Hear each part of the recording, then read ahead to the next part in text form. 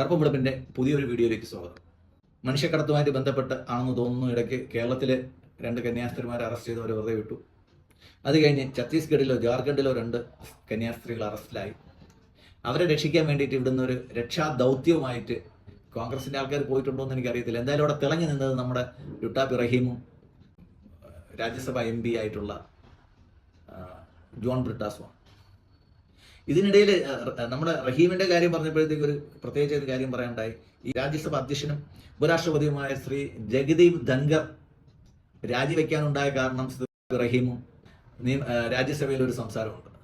അങ്ങനെ നമുക്ക് ചിലപ്പം രാജ്യസഭയിൽ അധ്യക്ഷന്മാരില്ലാത്ത ഒരു കാലം വരാൻ പോവുകയാണ്. നമ്മുടെ സഹാക്കളുടെ പറഞ്ഞു വന്നതെന്ന് വെച്ച് കഴിഞ്ഞാൽ നമ്മുടെ രക്ഷാപ്രവർത്തനം നടത്തി, രക്ഷാദൗത്യം നടത്തി, രാജീവ് ചന്ദ്രശേഖറും താടിയും സ്ഥിരമുള്ള ബ്രാൻഡഡ് ഷർട്ടുമായിട്ട് പുള്ളിക്കാരനും പോയി രക്ഷാപ്രവർത്തനം നടത്തി അവരെയൊക്കെ തിരിച്ചുകൊണ്ടു വന്നു.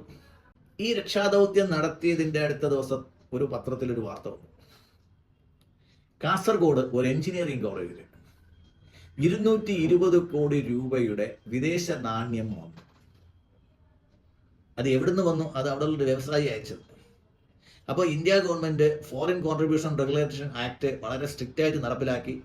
SBIയുടെ ഡൽഹിയിലുള്ള ഒരു അക്കൗണ്ട് വഴി മാത്രമേ ഫോറിൻ കോൺട്രിബ്യൂഷൻ ഇന്ത്യയിൽ വരാവൂ എന്നൊക്കെ പറഞ്ഞെങ്കിലും എങ്ങനെയോ ഈ 220 കോടി രൂപ നമ്മുടെ കേരളത്തിലെ ഒരു എഞ്ചിനീയറിംഗ് കോളേജിൽ വന്നു. നമ്മൾ ഈ രക്ഷാപ്രവർത്തനത്തിന് പോയ 3 മുന്നണിയിലെ ആരെങ്കിലും ഇത് വായിച്ചിട്ടുണ്ടാവും? പേപ്പർ വായിക്കുന്ന ശീലമില്ലായിരിക്കും, എന്തായാലും മൊബൈലിൽ കാണാമല്ലോ, എല്ലാവരും അറിഞ്ഞിട്ടുണ്ടാവും. ഇതൊക്കെ 220 കോടിയൊക്കെ കേരളത്തിൽ വരുമ്പോഴത്തേക്ക് എല്ലാവരും അറിഞ്ഞിട്ടുണ്ടാവും. അതൊരു എഞ്ചിനീയറിംഗ് കോളേജ് പോലുമല്ല, കാസർഗോഡ് ജില്ലയിലെ ഒരു ട്രസ്റ്റിന്റെ വക ഒരു ആർട്സ് ആൻഡ് സയൻസ് കോളേജിലാണ് 220 കോടി രൂപ വന്നേക്കുന്നത്. ഈ 220 കോടി രൂപയിൽ കൈവയ്ക്കാൻ പലരും മടിക്കും.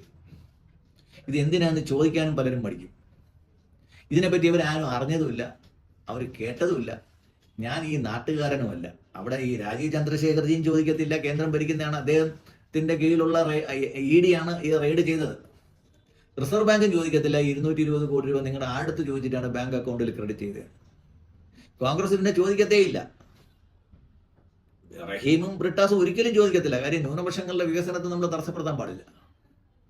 അങ്ങനെ ആ 220 കോടി രൂപയെ പറ്റിയിട്ട് നമ്മളെ മീഡിയയിലൊന്നും ആരും ചർച്ച ചെയ്യത്തില്ല. നിങ്ങൾ ആരും പേടിക്കേണ്ട. വല്ലപ്പോഴും നമ്മളെപ്പോലെ ഏതെങ്കിലും ഒരു ചാനൽ വന്നിട്ട് ചോദിക്കും ആ 220 കോടി രൂപയ്ക്ക് എന്ത് പറ്റിയെന്ന്. അങ്ങനെ ED കേരളത്തിലെ റെയ്ഡ് നടത്തിയ ഏകദേശം 150ഓളം പേരുടെ ലിസ്റ്റ് ഞങ്ങളുടെ കയ്യിലുണ്ട്. ഒന്നും സംഭവിച്ചില്ല. ED എന്ന് പറയുന്നത് ഗവൺമെന്റിന് ആൾക്കാരെ വിരട്ടാൻ വേണ്ടിയുള്ള ഒരു സംവിധാനം വേണ്ടി മാത്രമാണ്. അവർ അന്വേഷണം നടത്തും, പക്ഷെ അതിനകത്ത് ഒരു ആക്ഷൻ എടുക്കില്ല. പിന്നെ ഹൈറിച്ച് പോലുള്ള 1-2 കമ്പനിക്കാരെ അകത്തായിട്ടുണ്ടാവും, നമ്മളെ ശിവശങ്കർ അകത്തായിട്ടുണ്ടാവും. അവർക്ക് കുറച്ചുകാലം അകത്ത് കിടക്കും. ഈ പൈസ റിക്കവർ ചെയ്യാനോ ഇവര് കൊണ്ടുവന്ന പൈസ തിരിച്ച് റിക്കവർ ചെയ്യാനോ അതിനും മറ്റ് അനുബന്ധ നടപടികൾക്ക് ഒന്നും നമ്മുടെ കേരളത്തിലെ ED ഡിപ്പാർട്ട്മെന്റ് തയ്യാറാകുന്നില്ല. അപ്പോൾ ഇന്ന് വന്ന റിപ്പോർട്ട് കേരളത്തിലെ ED ഡയറക്ടറുടെ അച്ഛന്റെയോ അമ്മാവിന്റെയോ പേരിലാണ് പുള്ളിക്കാരൻ ഈ പൈസയൊക്കെ വാങ്ങിച്ചത്, ഓഹരികളിലൊക്കെ മറ്റും നിക്ഷേപിച്ചതെന്നാണ് ഇന്ന് വന്ന വാർത്തകൾ.